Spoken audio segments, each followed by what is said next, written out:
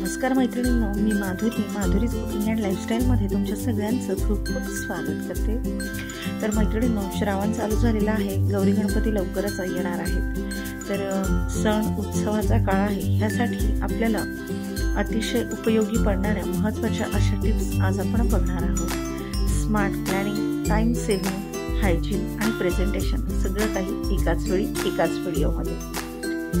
तर 1 ते 10 मध्ये आपण प्लॅनिंग आणि तयारीसाठीच्या टिप्स बघणार आहोत। 2 ते 3 दिवस आधी लागणाऱ्या साहित्याची यादी तयार ठेवा।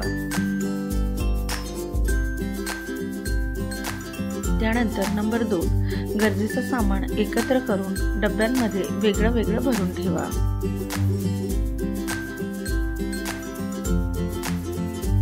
नंबर 3, गोड आणि तळणीचे जे पदार्थ असतात ते आधीच बनवून ठेवा, म्हणजे वेळेवर गडबड होणार नाही। नंबर 4, पूजेचं साहित्य आणि भांडी स्वच्छ करून वेगळी करून ठेवा।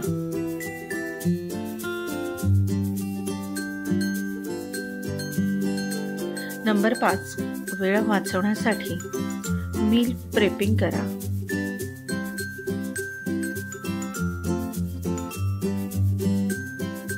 नंबर 6, तांदूळ, डाळ, पीठ इत्यादी कोरड्या जागी ठेवा, म्हणजे खराब होणार नाही। नंबर 7, फ्रीजमध्ये लागणाऱ्या भाज्या ह्या धुवून कोरड्या करून निवडून मगच ठेवा। नंबर 8, एक वेळ वापरण्याची जी भांडी आहेत ती वेगळी काढून ठेवा।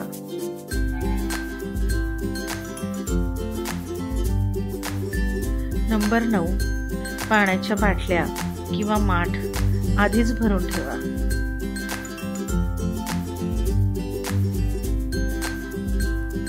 नंबर 10, जी काही घरातली कामं आहेत ती कामं प्रत्येकाने वाटून घ्या आणि घरातल्यांच्या सगळ्याच सदस्यांचा सहभाग घ्या।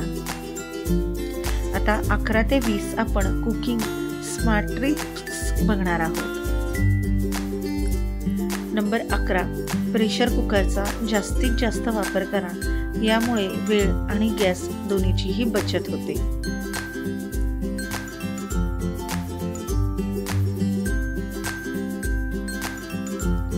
नंबर 12, एकत्र शिजवणं म्हणजेच मल्टीटास्क कुकिंग याचा जास्तीत जास्त वापर करा, ह्यामुळे वेळेची आणि गॅसची बचत होते। भात लवकर होण्यासाठी थोडंसं त्यामध्ये लिंबू घाला।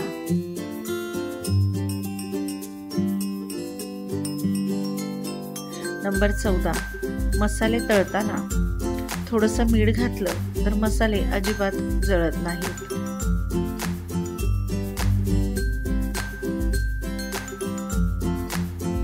नंबर 15, पुरण मिक्सरमध्ये काढल्यास वेळ वाचतो, किंवा तुम्हाला जर वाटत असेल तर तुम्ही पुरणाच्या चाळणीतून पुरण जरी काढलं तरी देखील तुमचा वेळ वाचायला मदत होते। नंबर 16, जाड पातेलं वापरलं तर तो पदार्थ त्या भांड्याला अजिबात चिटकत नाही किंवा करपत नाही। नंबर 17, एकाच तेलामध्ये 2 वेळा तळणं शक्यतोवर टाळा।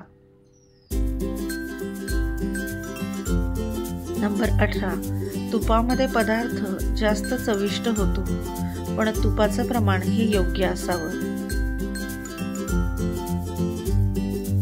नंबर 19, पोळी फुगवण्यासाठी आणि मऊ होण्यासाठी पीठ थोडंसं गरम पाण्यात मळा, म्हणजेच तुम्ही इथे कोमट पाण्याचा वापर करू शकता। केशर आधीच गरम दुधामध्ये भिजवून ठेवा, ह्यामुळे रंग आणि चव दोन्हीही वाढते।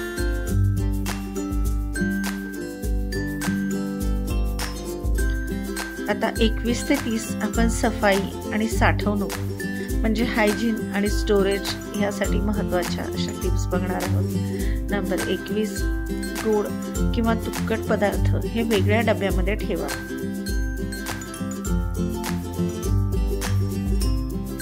नंबर 22, डब्यांमध्ये तारीख लिहा, कोणतं सामान आधी वापरायचं आहे ते ठरवा।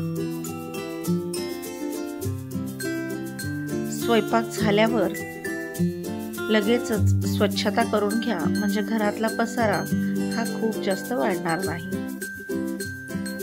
नंबर 24, सिंकमध्ये शक्यतोवर भांडी साचू देऊ नका.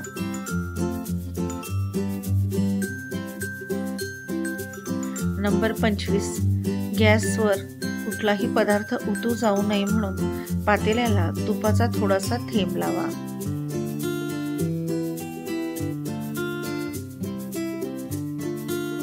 नंबर 26, तळलेले पदार्थ टिश्यू पेपरवरच काढा. न्यूजपेपरचा वापर टाळा. यामुळे काय होईल, तेलाचं प्रमाण आपोआप कमी होईल. साठवलेलं तूप फ्रीजमध्ये न ठेवता गरम जागी ठेवा.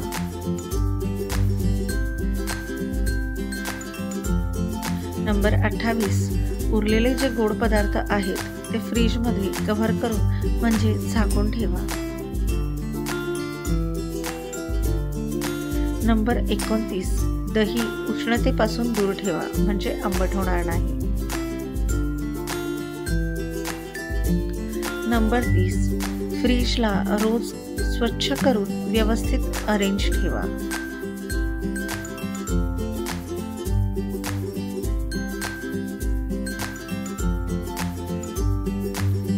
आता आपण 31 ते 35 पाहुणे, डेकोरेशन आणि अगदी शेवटची तयारी, म्हणजे ज्याला आपण लास्ट प्रिपरेशन्स म्हणतो. 31 नंबर, पाहुण्यांसाठी स्टील ऐवजी फॅन्सी सर्फवेअर किंवा किचनवेअर वापरा. नंबर 32, गरम गरम वाढण्यासाठी स्टोव्हवर म्हणजे गॅसवर गरम भांडी ठेवण्याची जागा ठेवा, किंवा तुम्ही मायक्रोवेव्हचा वापर देखील करू शकता. नंबर 33, टेबलवर पाण्याची व्यवस्था आधीच करून ठेवा. नंबर 34, डेकोरेशनसाठी लवंग, वेलदोडा, फुलं यांचा जास्तीत जास्त वापर करा.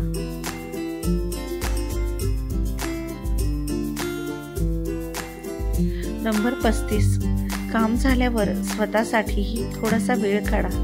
चहा किंवा 10 मिनिटाची विश्रांती घ्या.